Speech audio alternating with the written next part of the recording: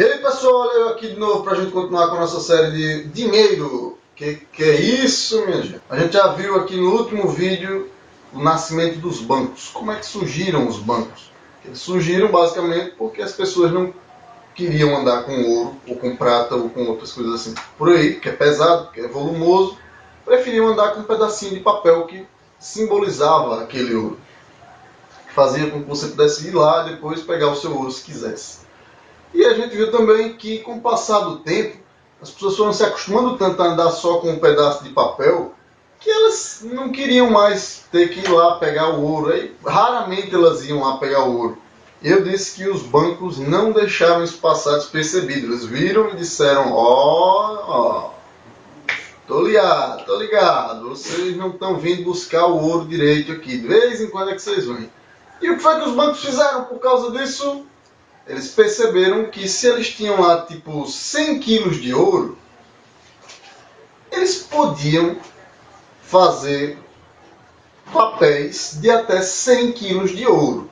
E estava tudo certo. Porque se todo mundo viesse buscar o ouro ao mesmo tempo, eles entregavam todo o ouro, beleza.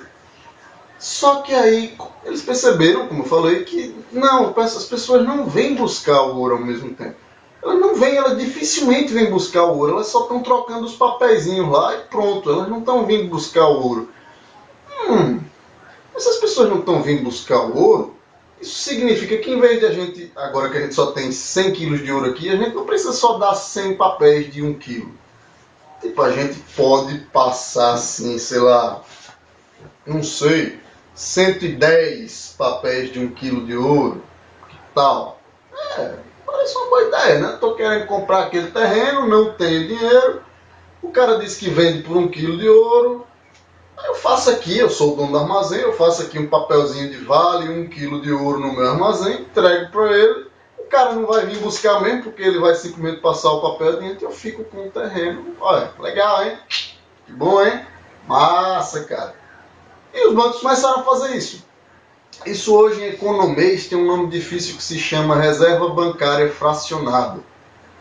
É um nome um pouquinho chato. Isso quer dizer o quê? Significa que a reserva de ouro que o banco tinha, naquele tempo era ouro mesmo, hoje não é mais ouro. Por isso que eu fiz as aspas.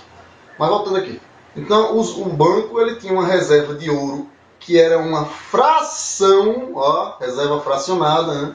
Era uma fração da quantidade de papéis que ele tinha por aí. Então, ele tinha 50 quilos de ouro e tinha 150 quilos de ouro em papéis. Ou seja, ele tinha 1/3, a fração de 1/3 em ouro, que era tudo que ele tinha para pagar os 150 quilos de ouro. Ou seja, ele não tinha como pagar esses 150 quilos de ouro. Isso hoje tem esse nome de reserva bancária fracionária. E o que é que acontecia quando os bancos faziam isso? Bom, se o banco fizesse isso e fizesse um pouquinho, não dava nada. Não tinha problema nenhum, porque as pessoas não iam buscar aquele ouro ao mesmo tempo e ficava por isso mesmo. Mas tinha banco que fazia isso tanto e tanto que alguém começava a perceber, velho, aquele banco ali tem um monte de dinheiro aí rodando, né? Tem um monte de papéis dele aí, de vales de 1 quilo de ouro rodando por aí. Será que esse banco tem esse ouro todo? Não acho não. Um banco pequenininho desse, um armazém pequenininho desse, como é que ele tem todo esse ouro guardado lá? Rapaz, eu acho que isso está dando problema. Acho que está errado esse negócio aí. O que é que a galera fazia? Ia lá e começava a pegar o ouro. E você sabe que o pessoal, seres humanos, eles são assim meio que nem bicho. Eles têm uma mentalidade de manada. Na hora que você vê que 10 pessoas foram lá desesperadas pegar o dinheiro dela de volta, tu vai também. E na hora que o pessoal vê que tu também foi, eles também vão. E aí na hora que 10, 15, 20 iam, o resto todo mundo ia e ferrou. O banco quebrava porque ele não tinha ouro suficiente para devolver para todos os papéis que ele tinha colocado. E aí, vez por outra, o banco quebrava. Por quê? Porque ele entregou mais papéis do que ele tinha de ouro. É uma coisa... Ele fez uma falsificação de dinheiro, você pode olhar dessa forma. Ele falsificou, ele dizia, toma aqui 1 quilo de ouro. Pá! Só que ele não tinha esse ouro, ele estava dando um papel sem fundos, um cheque lá sem fundos. Uma falsificação de dinheiro. E aí os bancos perceberam, putz, rapaz, é tão legal fazer isso, velho, é tão legal passar esses papéis sem fundos, mas eu tenho medo de quebrar. E eles não faziam muito, faziam só um pouquinho, porque se fizessem só um pouquinho não tinha problema, não dava problema nenhum, então eles faziam só esse pouquinho. Mas eles queriam fazer mais. De vez em quando faziam mais. Até que surgiu uma coisa que mudou o destino da humanidade para todo sempre, chamada Banco Central. Em algum momento da história, eu não vou pesquisar agora qual foi o primeiro Banco Central do mundo, mas deixa para lá. O importante é você saber que em algum momento surgiu uma coisa chamada Banco Central. E esse Banco Central, ele tem o papel de ser o banco dos bancos. Então os bancos depositavam seu dinheiro no Banco Central, que é um órgão governamental, que é um órgão de Estado.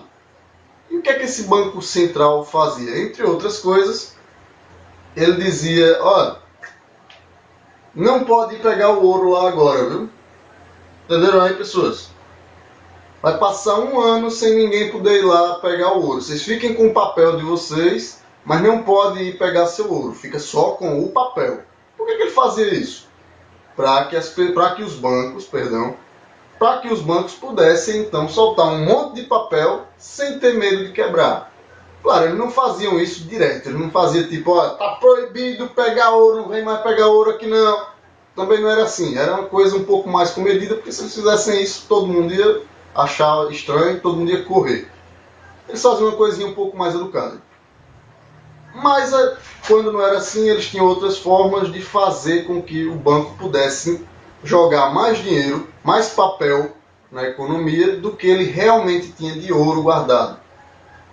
Isso foi evoluindo, e eu não vou entrar aqui em detalhes. Se vocês quiserem, vão lá nos livros que eu indiquei no primeiro vídeo. Isso chegou até ali por volta da Primeira Guerra Mundial, em que o governo precisava muito fazer mais dinheiro, muito, mas muito mesmo, fazer mais dinheiro. E o que é que ele fez? Ele simplesmente disse, olha, tá vendo esse papel que vocês têm aí na mão? Vocês não podem mais ir pegar ele de ouro, tá, beleza? Não podem. Fechou, não pode mais.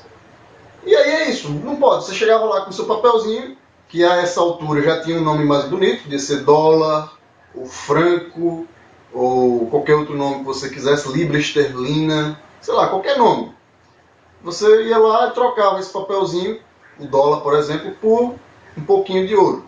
Só que aí ele disse, o governo chegou, o Banco Central chegou e disse, ó, fechou, não pode. Primeira Guerra Mundial, a gente tem que botar um monte de papel falso na rua, um monte de papel que não tem fundo, a gente tem que mandar para vocês aceitarem sem reclamar, aceitarem sem vir querer pegar ouro aqui, então só aceitem, não venham pegar ouro. E foi basicamente isso que o Banco Central fez na Primeira Guerra Mundial. Vários bancos centrais fizeram isso, na Segunda Guerra Mundial de novo, e a partir daí ainda existia aquilo que a gente chama de padrão ouro, mas logo morreu. Em 1971, não lembro o ano exato agora, mas em 1970 e alguma coisa, acabou de uma vez por todas, matou o padrão ouro, mataram o padrão ouro. Mas o que é o padrão ouro? Basicamente é o que eu já falei. Você tinha um papel que dizia vale X quantidade de ouro, e aí você ia lá no banco e pegava. E, como eu falei, eventualmente o nome mudou. O nome do papelzinho passou a ser dólar, ou qualquer outra moeda, qualquer outra nota dessas que a gente está acostumado assim. Só que mesmo assim ela valia alguma coisa em ouro, do mesmo jeito como se fosse uma nota de um papel com um cheque ou qualquer coisa assim. $1, se eu não me engano, 20 dólares valiam uma onça de ouro. Se eu não me engano é isso, 20 dólares igual a uma onça de ouro. E você chegasse lá com 20 dólares, você pegava uma onça, que é uma medida de peso, tá, gente? Você pegava uma onça de ouro e tchau. Com o fim do padrão ouro, o dólar e todas as outras moedas do mundo deixaram de valer ouro. Você tivesse 100 reais, ou 100 dólares, ou 100 qualquer outra coisa, e chegasse lá no banco, você não ia poder pegar o ouro de volta. Ela não era mais ligada ao ouro. Seu dinheiro, seu papel, não tinha mais nada a ver com ouro. E é hoje, nesse mundo em que nós vivemos, num mundo em que isso aqui não tem nada a ver com o ouro. O ouro passou, sei lá, milênios, literalmente, mais de 1000 anos, valendo como dinheiro, valendo como uma moeda, e hoje ele simplesmente não é mais uma moeda.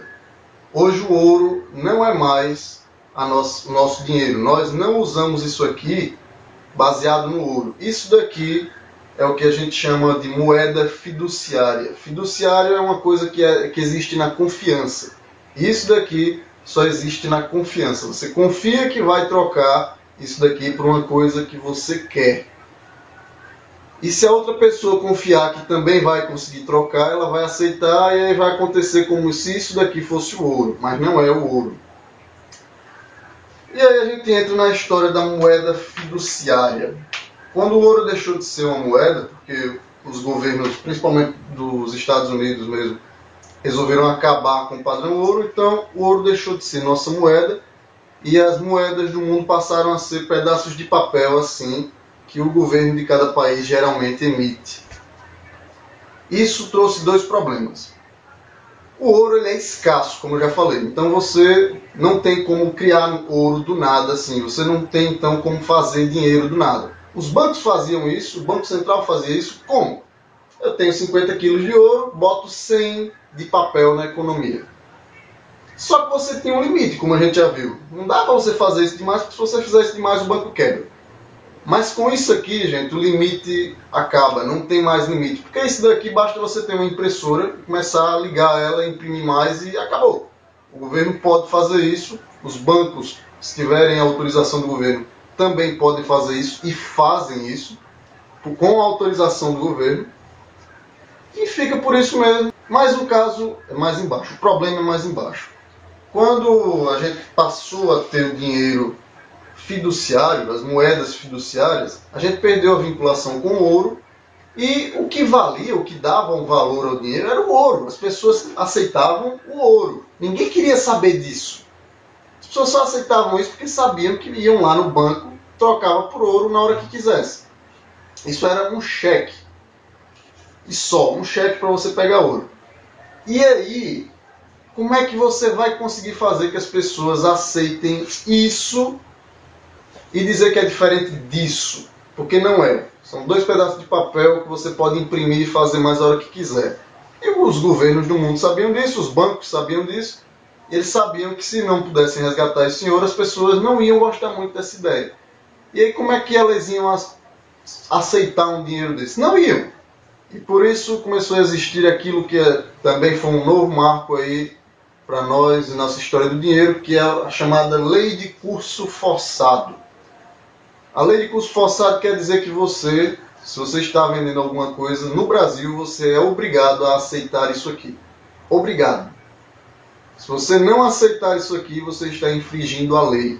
Nos Estados Unidos a lei é a mesma em relação ao dólar. Se você tem uma nota de dólar nos Estados Unidos e você vai comprar alguma coisa com aquela nota de dólar, o vendedor é obrigado a aceitar. Desde, claro, se tiver a quantidade certa. Você não pode querer comprar uma coisa de 100 dólares com 10 dólares, né? Mas você é obrigado a aceitar. Com o ouro não tinha isso. As pessoas aceitavam porque queriam. As pessoas simplesmente já confiavam no ouro mesmo e simplesmente aceitavam porque tinham confiança de que as outras pessoas também aceitavam e pronto. No caso desse papelzinho, não. As pessoas não confiavam muito e foi preciso, e ainda é preciso, aquilo que a gente chama de lei de curso forçado. É preciso que a lei diga que você é obrigado a aceitar esse dinheiro e você tem que aceitar e pronto. Se eu chego no mercado e com esse papel e o mercado não aceita, o mercado é um criminoso. Criminoso não, vai. O mercado é um fora da lei. O mercado está infringindo a lei. Isso fez toda a diferença na história do dinheiro. A partir daí, as coisas mudaram bastante no mundo inteiro. Até meados de 2009, quando aconteceu uma coisinha bem legal que eu vou falar nos próximos vídeos. Lembrem disso e até a próxima. Falou!